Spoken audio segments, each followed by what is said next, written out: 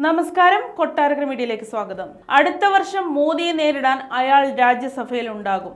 രാഹുൽ ഗാന്ധിയേക്കാൾ ആർജവുമുണ്ട് ഈ സിംഹത്തിന്.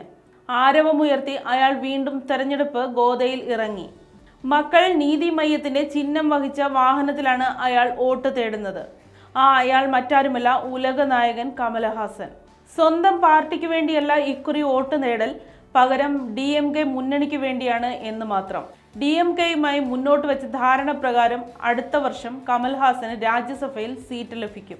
ഇത്തവണ മുന്നണിയിൽ പ്രചാരകന്റെ റോളിൽ തിരക്കിലാണ് കമൽഹാസൻ. 8 ദിക്കും ഭയപ്പെടുത്തുന്ന പ്രസംഗവുമായി DMK മുന്നണിയുടെ ഭരണ നേട്ടങ്ങളെ എണ്ണിപ്പറയുകയാണ് ഉലക നായകൻ.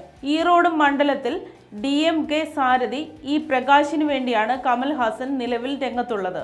കർഷകരുടെ പ്രതിഷേധം പിരിച്ചുവിടാൻ ഡ്രോണുകൾ ഉപയോഗിച്ച് കണ്ണീർവാതകം പ്രയോഗിച്ച നാടാണ് ഇന്ത്യ. അതിന് പിന്നിൽ പ്രവർത്തിച്ചവരാണവർ. ഇപ്പോൾ ശാസ്ത്രം കൃഷിക്ക് വേണ്ടി മാത്രമല്ല, കർഷകരെ തുരത്തി ഓടിക്കാനും അവർ പ്രയോഗിക്കുന്നു. കാർഷിക വിള നേട്ടം കൈവരിക്കാത്ത നാടായി ഇന്ത്യയെ മാറ്റിയെഴുതി പകരം വ്യാവസായിക രാഷ്ട്രമായി ഇന്ത്യയെ മാറ്റാൻ അവർ ശ്രമിക്കുന്നു. ഇതുകൊണ്ട് നഷ്ടം നമുക്ക് തന്നെ എന്ന ബോധം എത്ര പേർക്കുണ്ട്? കമൽഹാസൻ ചോദിക്കുന്നു. കാർഷിക പുരോഗതിക്ക് പകരം വ്യാവസായിക പുരോഗതി മാത്രം ഉന്നമിട്ടാണ് മോദി സർക്കാർ രാജ്യം ഭരിക്കുന്നത്. വിദേശ കുത്തക മുതലാളിമാരുടെ പാവ സർക്കാരാണ് ഇന്ന് BJP സർക്കാരെന്നും പാവപ്പെട്ടവരുടെ പണം വൻ നികുതി ചേർത്ത് പിരിച്ച് അവർ വിദേശ കുത്തക മുതലാളിമാരെ ചോറൂട്ടുകയാണെന്നും കമൽഹാസൻ പറഞ്ഞു. നമുക്ക് സ്വന്തമായി ഒരു ഭാഷയും സംസ്കാരവുമുണ്ട്.